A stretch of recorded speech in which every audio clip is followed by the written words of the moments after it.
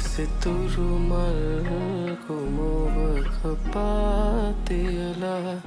හෙමි හෙමිහිට ගියේ කවුරුද සිතුනා සුදු මුදුලම් තුහිනක රැඳි තිබුණා කවුරුද පොඩි අඩිතිය